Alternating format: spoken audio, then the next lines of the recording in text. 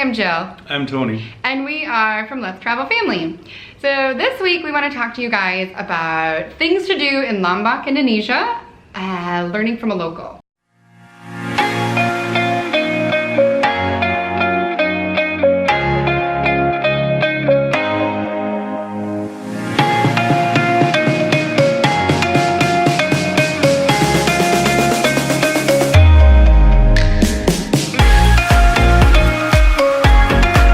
So the local was our really good friend Reina, who started out as our housekeeper and became one of our best friends while we were spending our time in Lombok.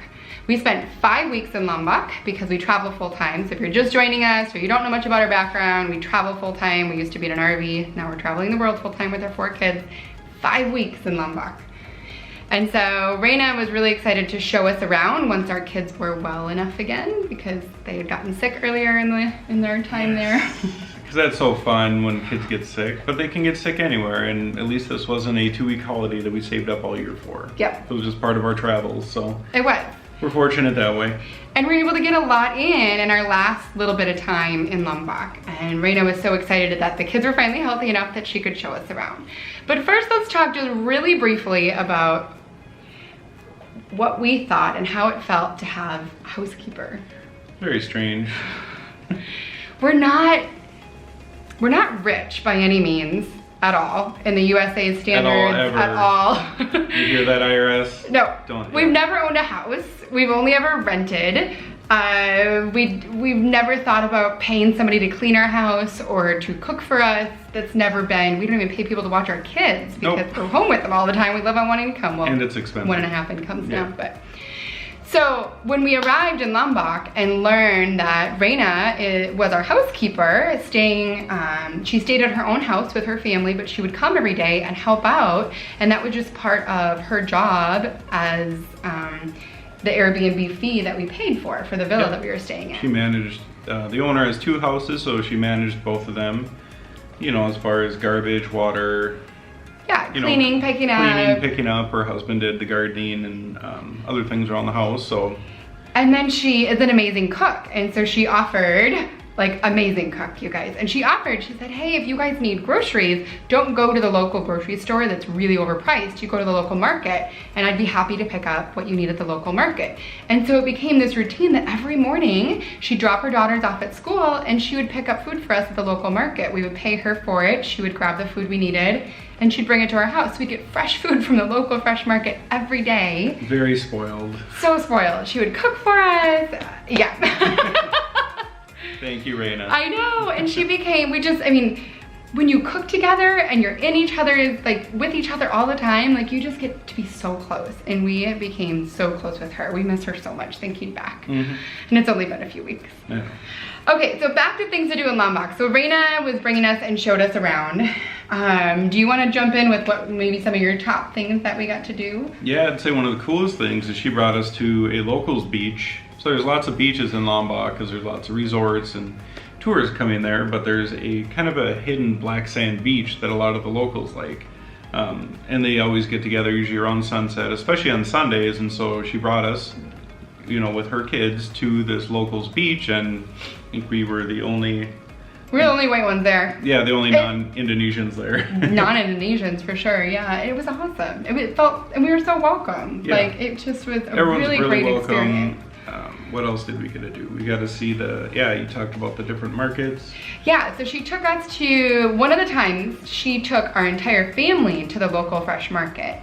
And that was an experience for the kids. They really wanted to experience that because Lilia especially loves to cook and has always been in the kitchen with Reina cooking all month when they weren't feeling well. So when she finally was feeling better, we all got to go out to the local fresh market and then bring it back, and then they got to cook with her. So it was like our own private cooking class with Cook Reina. Yep. Today we are going to go to the local market. So our friend and housekeeper Reina said that she would take us a while back, but the kids have been fighting off the stinking cold, and so today we're finally going to do it. We woke Tony up early and try and get him to smile a little bit so we can all go into town and go to the local market. How did that go, dear? Thumbs down, huh? All right. The thing about going to the market here, well, even just traveling in Lombok, is we rented scooters, and so we are going 3 deep each on a scooter, and then Reina will be on hers.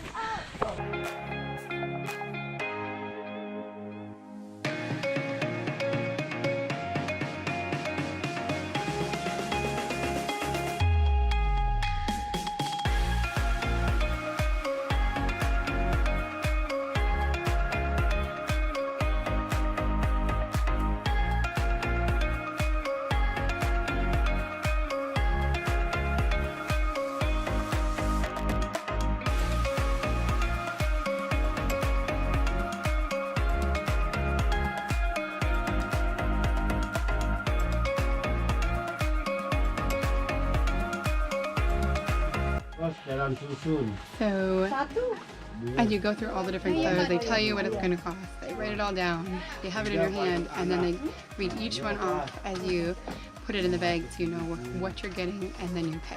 This is the process of shopping at the local market here in Lombok.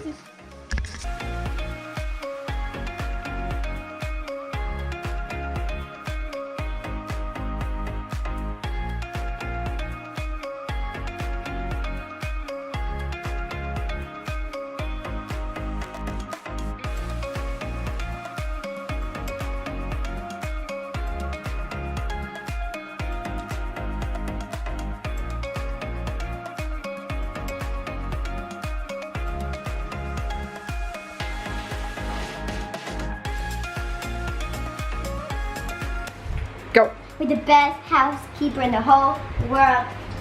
What's her name? Reina. Reina. Her name's Mango. Her name is not Mango. You goofball. Do you like Reina, Jazz? Yeah.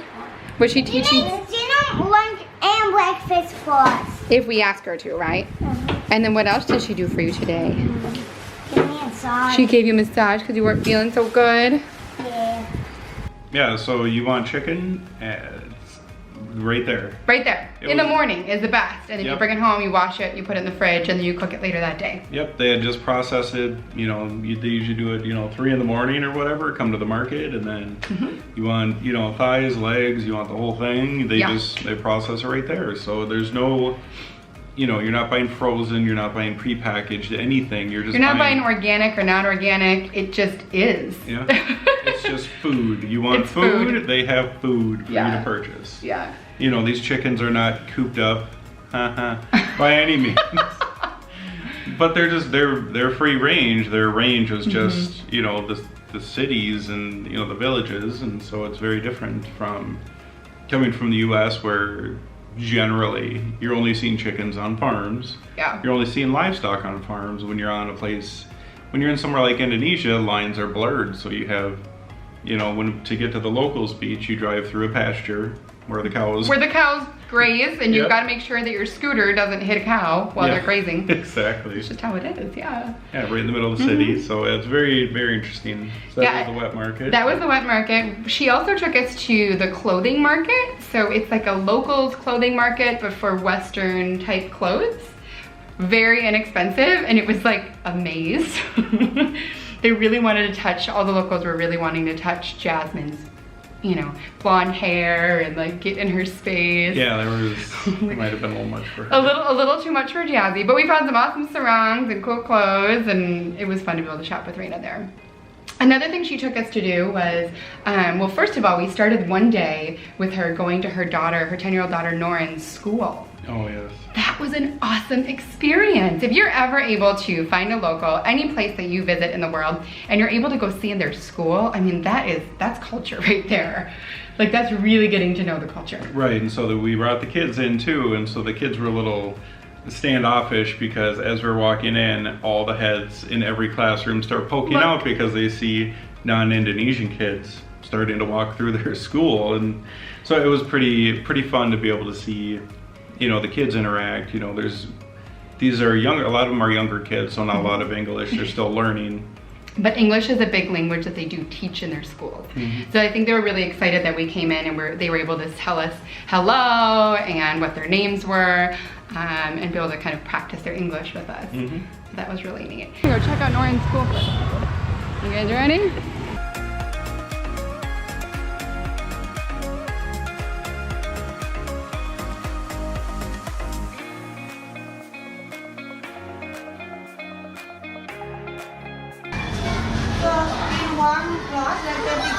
Yeah. In one class, like 30 kids. 30 kids, one teacher? Ah.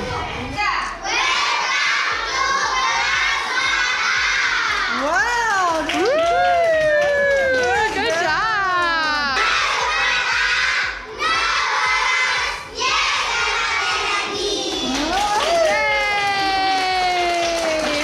And then after Noren's school, we took the girls to a local hairdresser and got both of their hairs cut.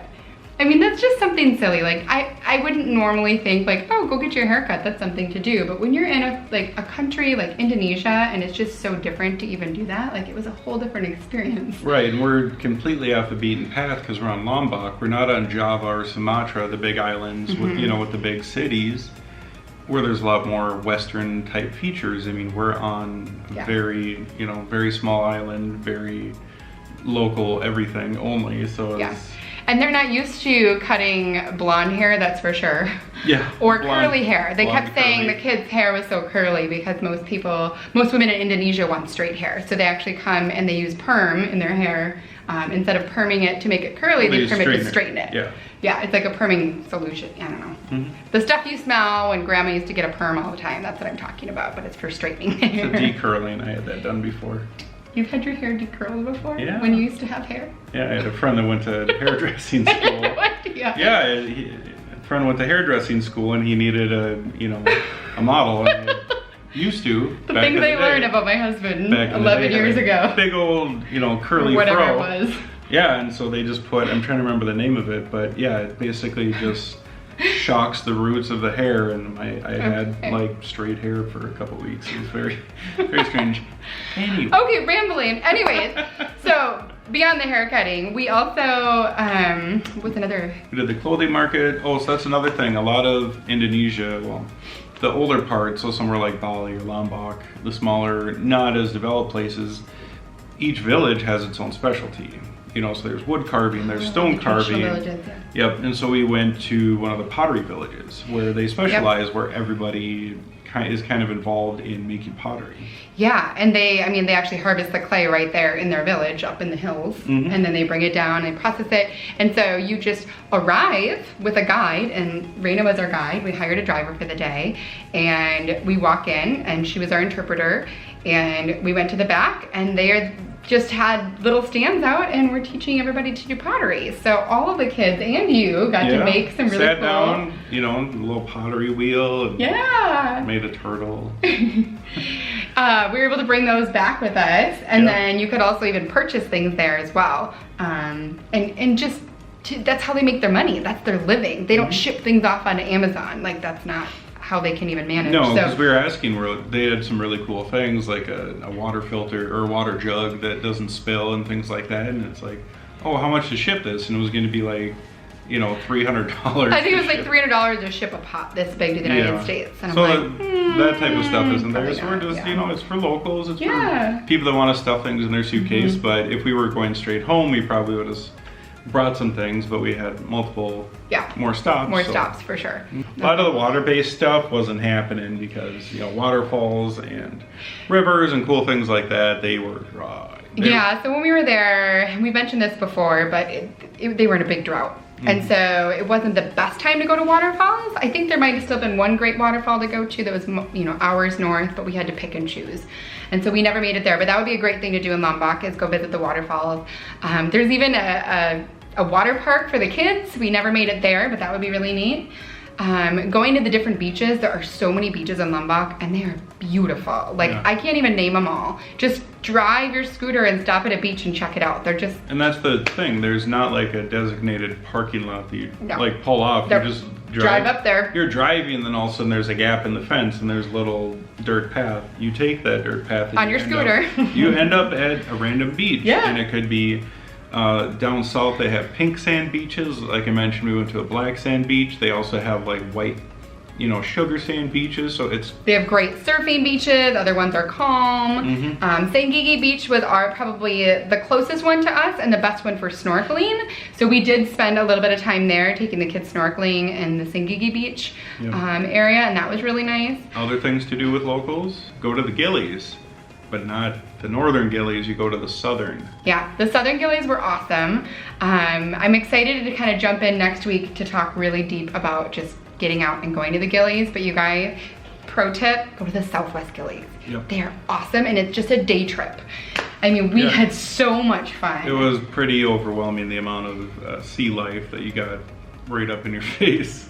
Yeah, and it's, you know, from the St. Gigi area, I think it was maybe an hour-and-a-half drive. Yeah, it was an hour and a half, and then about a 20-minute boat ride once we got down there to Gili Nangu, and that was the first stop. And so you can actually stay on Gili Nangu. They have a small villa set up, so you could, in theory, stay You could, on the yeah. island. Most people don't. Most people just spend the day, but Gili Nangu was by far our favorite place to snorkel. Right, because you snorkel right off the shore. Yeah. There's no boat required. There's a boat to get there because you're on an island, but once you're there, you just throw your flippers on and you walk in, and you have this giant coral set up, and they're actually trying to regrow a lot of coral systems there too.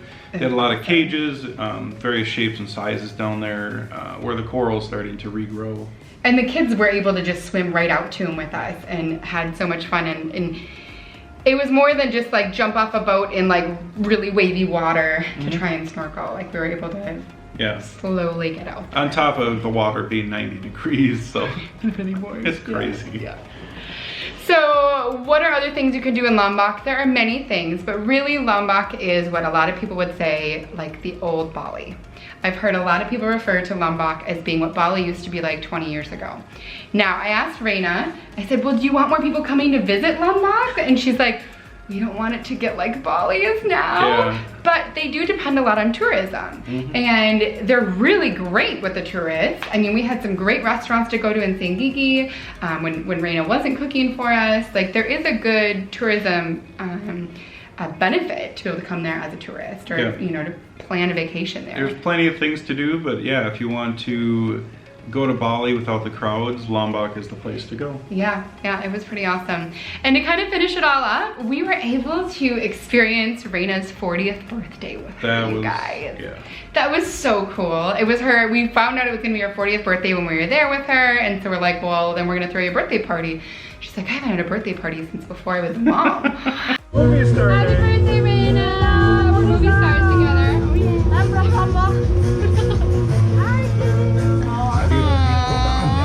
Pertama dan nomor 1 di MTV, pengobatan Singsing, Jalan Jenderal Sudirman nomor 76. Mind you, she's got a 15-year-old and a 10-year-old. So we made her food that night. I made my homemade chili, which ended up being really spicy. Yeah, so they loved it because we just bought chili powder, and I put in what I normally put in with US chili powder, not the same thing as Lombok chili powder. Basically roasted ancho chilies, and over there it's the spicy little red chilies that they ground up, and that's their chili powder. So and they're used to eating things really spicy, so they Right. loved it, but our kids couldn't eat the chili, poor kids. Yeah, they all loved it. They're like, this is amazing. And, you know, it's chili con carne, is, you know, beans and tomato sauce and all that, and it was good. It was really spicy, but yeah, too spicy for the kids. I know, too spicy. But it was great. It was awesome to be able to celebrate her birthday, and even Riley made like a little YouTube, or like his own version of like a little iMovie video for her. Yeah. Saying, happy birthday, Reina. You've been an amazing friend and housekeeper to us. And she got to see that on her birthday night. And what did we get? Dessert too, I think we did. Oh, Lilia baked for her. Oh yeah. Yep. So there's a lot of things to do in Lombok, but if you have the opportunity either in Lombok or somewhere else, you guys, we've learned that we really love to learn from a local. And maybe that's because we're full-time travelers and this is kind of the direction we're going with things, but it would be awesome to learn more from locals. And I know we've taken a cooking class in Bali before. We learned to cook with Reina here. I mean, that's another way to kind of learn from locals if there's like a local cook. Yeah. But it's been, I don't know, reminiscing. We miss Reina and we miss Lombok. Yeah, there were was some nice. great times there. Okay, finishing up. Any questions at all about things to do in Lombok or our experience really getting to know a local? Be sure and leave them in the comments below. Otherwise, next week, you guys, we are gonna take you on a journey into the Gilis. Not just our journey, but some pro tips for planning a trip to the Gili Islands from Lombok or from Bali. So stay tuned for that, and we will see you guys next week.